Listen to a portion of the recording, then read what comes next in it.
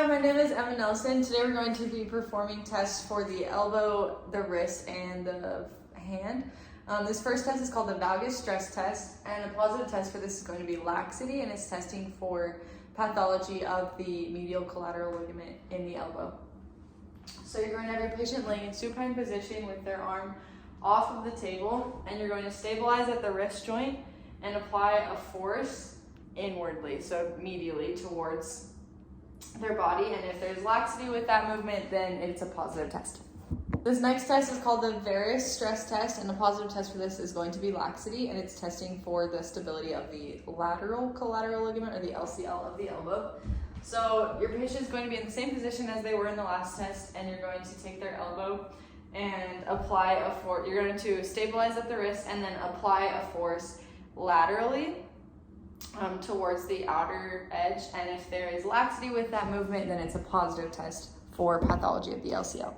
This next test is called the lateral pivot shift apprehension test, and a positive test for this is simply going to be apprehension. The pathology are just various ligaments that create elbow instability. So your patient is going to be starting in supine position as they were in the last couple tests, and you're going to fully extend their elbow and pronate their arm and bring it all the way back, and then you're going to rotate their arm, and as you hold the elbow for stability, you're going to flex the elbow, and if you hear like a clunking of the radius or something, that's a positive test for instability of various ligaments of the elbow. Okay, this next test is called the chair sign test, and it's going to test for radial head for the radial head ligament for pathology of that. The positive test is just going to be apprehension.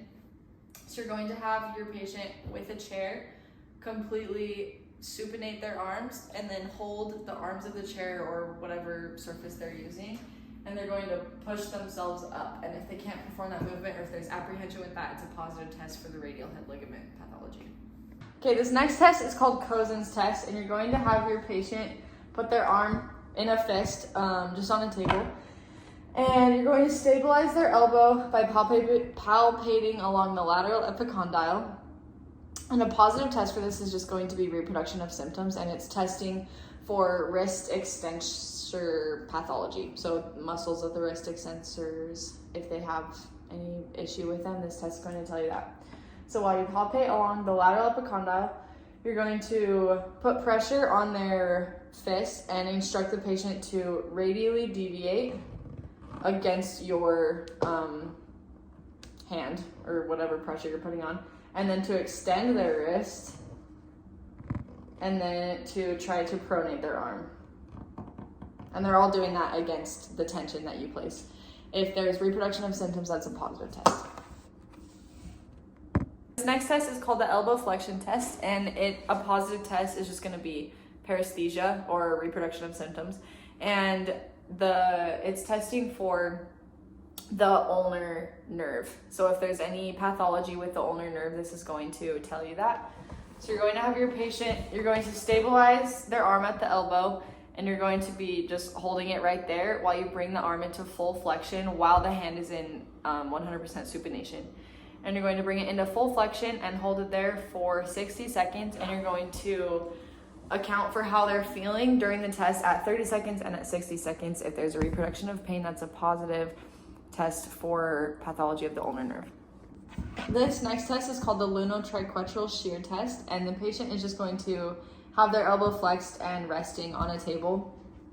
The examiner is going to pronate their arm and grab onto their hand by interlocking the thumbs, and then having their fingers stabilizing the carpal bones on the dorsal side of the hand. And then with your other hand, you're going to bring your thumb and press it against the lunate at the triquetral joint, and then you're going to push them together in a force that, if there's reproduction of symptoms, or if there's pain or laxity with that, that's a positive test for wrist instability. Okay, this next test is called the ulnar carpal stress test, and it's a positive test for this is just going to be reproduction of symptoms, and it's testing for ulnar carpal instability. So with the patient's elbow resting on a table, you're going to bring your hand and stabilize the elbow in a cupping position, And then you're going to grab their hand up here by interlocking the thumbs, and by placing an axial load on the elbow by pushing down, you're going to pronate and supinate the arm. And again, the reproduction of symptoms is a positive test for ulnar carpal pathology. Okay, this next test is called Phelan's test, and it's testing for carpal tunnel syndrome, and it's a positive test if there is paresthesia of the thumb, the index finger, and the part of the ring finger and the middle finger. So your patient is going to bring their palms to, or the dorsal faces of their hands together, and they're going to push in and hold this for a minute. And while they're holding, the examiner is going to push their wrists together. And again, if there's paresthesia, that's a positive test for carpal tunnel syndrome. This next test is called Finkelstein's test, and it's testing for de Quervain syndrome. It's a positive test if there's reproduction of symptoms. And so you're going to have your patient starting with their hand relaxed, and you're going to have them bring their thumb into their palm and wrap their fingers around their thumb.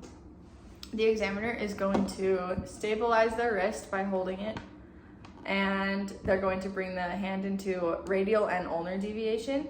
And again, upon performance of that test, if there's reproduction of symptoms, that's a positive test for de Quervain syndrome. Okay, this next test is called the trigger finger test, and if it's a positive test, there's going to be like painful locks or like a nodule upon performance of the test, and it's testing for flexor tenosynovitis. So you're going to rest your hand just on a table or on a flat surface, and while you're pushing against the middle finger right there, you're going to bring your fingers into flexion and extension. And if one of your fingers locks upon that movement, then it's a positive test. Okay, and this test is the varus and valgus stress test of the fingers, and it's testing for pathology or instability of the collateral ligaments. And a positive test for this is just going to be laxity. So you're going to stabilize the finger at the distal joint, and then you're going to apply either a valgus or a varus stress to that joint. And then you're going to stabilize at the proximal joint and do the same thing up here. And again, if there's laxity or too much movement, it's a positive test. Okay, this next test is called the thumb UCL laxity test, and you're going to have your patient lay with just have their hand resting on a table in supine position.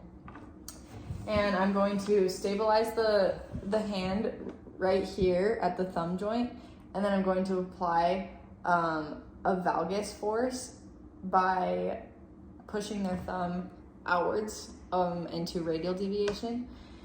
And upon that movement, if the angle of the movement is more than 30 to 35 degrees, then that's a positive test. So if there's just laxity, then there's a positive test for UCL pathology.